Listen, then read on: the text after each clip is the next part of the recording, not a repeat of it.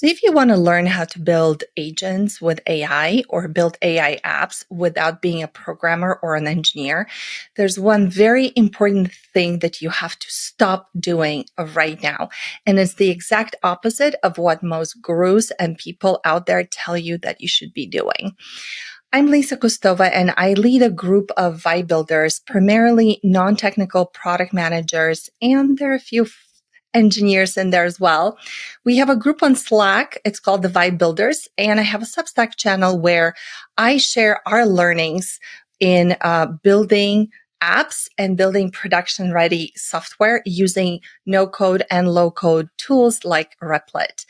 And in these several months since we started the group, I've learned a lot. I've been building my own production-ready apps for sale using just no-code tools and a combination of those and some other systems that are available. One of the biggest obstacles I've seen for our group of vibe builders to learn how to actually build is counterintuitive. And I want to illustrate that by showing you what I mean. So if you've been on Substack and on YouTube, you have definitely seen a lot of these resources, a lot of courses, a lot of explanations, a lot of acronyms thrown around like RAG and vector systems, technical jargon that you may not understand how it all fits in and can be all very overwhelming. So this is an example of a beautiful note on Substack that is essentially a list of resources. And it's posted by this incredibly smart person who has had a lot of success, apparently, building production-ready apps with AI. And her post is getting quite a lot of traction. What she is doing here is she's giving you a laundry list of how to start building RAG and AI agents that are production ready. So she says, I've been running them live for over a year now. Here are 4 steps and the only resources you really need to do the same. Ugly truth, most AI engineers shouting on social media haven't built a single real production AI agent or RAG system. I might agree with that. I've seen a lot of the YouTube influencers build essentially automations, but not real agents. If you want to be different, actually build and ship these systems, here's a laser-focused roadmap from my own journey. Start with fundamentals. Okay, so she actually points you to learning your ML and software foundations. ML stands for machine learning. Now, I've worked with data scientists in the past, and for a little bit, I've actually had the job of managing a team of data scientists as we were working with early AI models. This was over a decade ago in a tech startup. And this was early AI, where you really needed a team of data scientists to be able to even assemble something close to what LLMs of this day can do right off the shelf. And so she's saying hands-on ML with TensorFlow and Keras, ISLR, machine learning for beginners by Microsoft, free curriculum. And then she has you learn about Gen AI and LLMs. And she points to these courses, how to design ML systems, the LLM engineering handbook, building an MLM from scratch, hands-on LLMs GitHub. She goes on and she says that you need to build AI agents that have memory, tools, workflows, and costs. And here's some more courses, and here's some more resources. The list continues. RAG is not just a vector DB. And she's talking about these highly technical terms that have to do with building RAG systems. Okay. And then she goes on a few more courses, a few more resources. And then there's software and infrastructure, talking about fast API, async Python, Pydantic, Docker, blah, blah, blah. She's just throwing a bunch of terminology at you. Move to production made with ML, AWS Gen AI path. Where do I learn? Here's a bunch of Stanford courses, computer science courses, MIT computer science courses, JI sprints, NVIDIA, end-to-end LLM stack, deep learnings courses. Yeah, fantastic, right? Problem is, if you're like me, when I read this list of things, And bear in mind, I've been around tech for over a decade, almost coming up to 2 decades now, where I've had exposure to a lot of these terminology and acronyms. And I've actually worked with data scientists. I have taken some MIT Python courses and I've taken light data science courses. And I can tell you for most of these terms, up until I started building with AI and actually getting hands on with them, I did not know what they meant. And so if you don't know what all this means, you're not alone. It's a giant word salad out there. And the problem is that the intended effect is to impress you. I would argue that it's well intentioned. She and other creators are looking to give you resources, but there's a psychological trick there. That list of resources is so long and exhaustive. People tend to bookmark it or save it as something, okay, here's the comprehensive list of resources I need to someday revisit and someday take these courses and someday learn.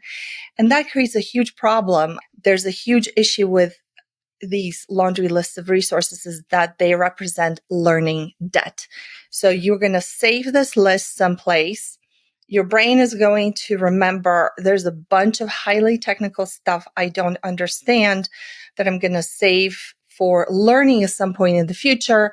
That creates stress and resistance because let's be honest, if you were to go through all these resources and even just read the descriptions, let alone take those courses, it would consume countless hours just to wrap your mind around everything that you could potentially need to learn in order to build production ready apps. I say that is very helpful for the creator because her content then gets restacked, reshared, bookmarked, and she gets to grow her content and her reach, which is the whole design of this content piece, in my opinion. It is not really meant to be like an on-ramp. It's meant to be a snapshot of Everest and saying, here's all the challenges and everything technical that you might want to learn how to do in order to climb this mountain. And it's just overwhelming. So what I am doing is I'm actually ignoring all that. I'm ignoring all of these posts and all of these YouTube videos that made me feel overwhelmed and incur learning debt. And what I'm doing instead is I am starting with a goal in mind, a project. In my case, it's a commercial app for content generation for financial advisors. It's called the FA Content System. I actually have a launch date lined up. I have beta customers lined up. So there's no wiggle room here. I just need to go and build this thing and build it in a way that's sustainable and production ready.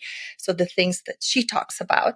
So let me show you how I've implemented some of her acronyms, how I've learned some of the things that she talks about from the perspective of actually building it. One of the emails that I got from Maven, and Maven is definitely right now one of those originators of lots and lots of overwhelming content on AI, just because they're selling very expensive courses on all aspects of AI. So there was an email by this person who teaches on Maven called Nick Pash. He is the head of AI at Klein.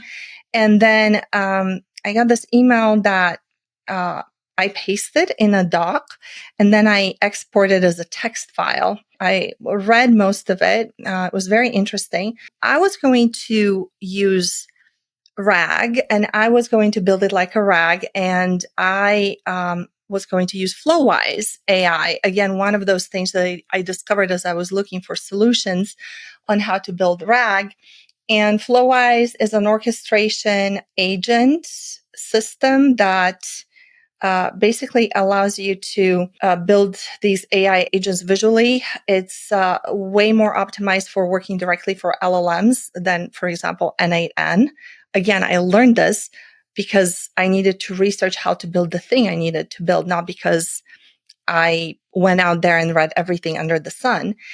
So Nick Pash says that RAG is actually not as effective as letting the LLMs do the work and working with LLMs directly because of huge context windows that are able to take in much more than they used to be able to take in the past. So rather than building these vector databases, which is a feature of RAG, of how RAG has been built over the last several years, a recommended approach from Nick was just to start leaning on the LLMs themselves because they're constantly getting better, their context windows are growing. And so by shoehorning them into these specific deterministic vector databases, it's just like taking a Ferrari and telling it how to drive like a Toyota. I said, interesting. I wonder how that applies to the infrastructure of my project. And because of the way that I start developing AI apps by first developing the architecture in conjunction with Perplexity, Deep Research, and Perplexity Labs, at any point in time, I have an up-to-date architecture document, which is like a plan, a PRD, product requirements document, and 30-day development plan broken by day. So I had built already and I had started implementing part of that architecture. What I did was I took this email, I downloaded it as a text file, and I said, in here, this was a thread I have with Perplexity, the same thread that had helped me generate my architecture documentation, my PRD. And I basically told that you have recommended that I use Flowise AI in my FA content system for vector database search, right? And for these specific agents that I'm building in my app, the research and orchestration agents. And then I said, please take the attached lecture note from Nick Pash on why he no longer recommends embedding vector search in autonomous AI agents and provide an analysis of my existing architecture, including an assessment of whether I'm currently painting myself into a corner that will incur overhead and will become unnecessary as the underlying LLMs improve. I also asked it for recommendation of how it can develop the fastest MVP that will get something in the hands of clients quickly. Should I stick with the vector search approach and Flowise AI, or should I change the architecture in any way? A recommendation for the simplest approach to architect the FA content system, and specifically the first part of the system where, I use search. Okay, so here's what, and I used Labs in this case. I highly recommend that you become a Perplexity Pro user. I'm not sponsored by them, but Labs and Deep Research are my go-tos for generating long analysis and taking in a ton of context. So it gave me an analysis of my current architecture and basically called out that I am currently relying heavily on embedding-based vector search. And it gave me those specific parts of my system where I'm relying on those. And then it says, yes, you may be creating unnecessary complexity based on Nick Pash's insights and your specific use case. Several aspects of your current architecture align with the problems he identifies. Okay, and so it actually looked at my architecture and said, here's what you're doing that he is talking about. You're incurring maintenance overhead. You're creating a distraction pattern. There's a security concern and resource drain. And then it told me how to implement it. And so it said, replace Flowise AI discovery agent with direct search, simplify content classification, blah, blah, blah. So it said, keep N8 and replace Flowise AI with a simple fast API endpoints that call APIs directly. Fast API is the framework I'm using to build my app. I did not know that this was the best framework until I started building it, and I was working on architecture document, and I asked Perplexity, I asked, how would you engineer this? What framework do I need to build? And it taught me all about Fast API. At some point, however, I got another email, I think it was from Maven instructors as well, that had this whole FAQ document about evals. And so I had heard about evals, but I did not know how to build them into my system. And so this is a huge document. It contains a lot of FAQs. And honestly, it's like about 20 some pages. So I did the same thing. The first thing I did is I said, can you please take the attached document? I downloaded it as a text file and create a primer for me on some of the terminology including traces multi-turn so I can understand them better. And so it did give me an AI eval technology primer, which was a lot easier to read. And at that point I said, oh, interesting, because they have a course, very expensive course on evals. They're advocating that you go and take their $3,000 course to learn how to build evals. And then I thought to myself, well, hold on a minute. When I looked at FlowWise, I remember seeing this in their pricing structure. Look at this thing, evaluations and metrics. So I went back to Perplexity. And I asked that I understand that you wanted me to replace FlowWise AI with this home built system for evals because of this document that said how to build it and that it's a great thing that you can build yourself. But by the way, can you please go and check out FlowWise AI? It does say it comes with evals and performance metrics. So can you give me your assessment of how my architecture can benefit from that? Because I don't want to be spending a lot of time developing something that I can get out of the box. It took it 5 minutes. I went to get coffee. I came back and it said, yeah, you know what? You can totally use FlowWise AI. There's a number of different things that we need to still keep native to your app, but most of the things you can use FlowWise AI's evals.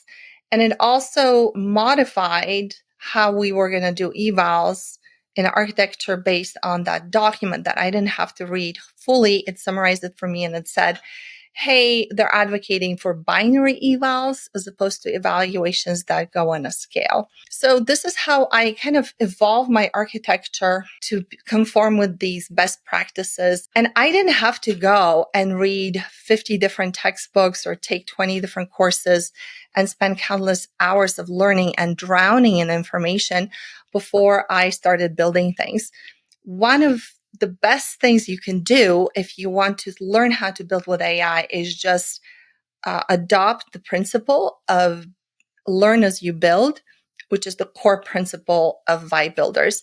So I'm going to leave a link to the Substack below. I have a Vibe Builder Substack. If you subscribe to the paid tier, you also get an invite to our Vibe Builders collective on Slack, where we have specific scope down onboarding projects to take someone who doesn't know or doesn't understand anything about coding or building AI agents and take them through these steps of progressively learning more and more by building. So here's the takeaway. Learn by building. Do not go into the rabbit hole of learning by incurring this crazy learning debt and then clogging your brain with all these courses and information and telegraphing to your brain that this is too hard, that this is too technical, that you can't understand this, that this person who provided the resources must be so smart and so great that you're just going to follow them and you yourself lose the belief that you can get there one day. All right, I'll see you next time.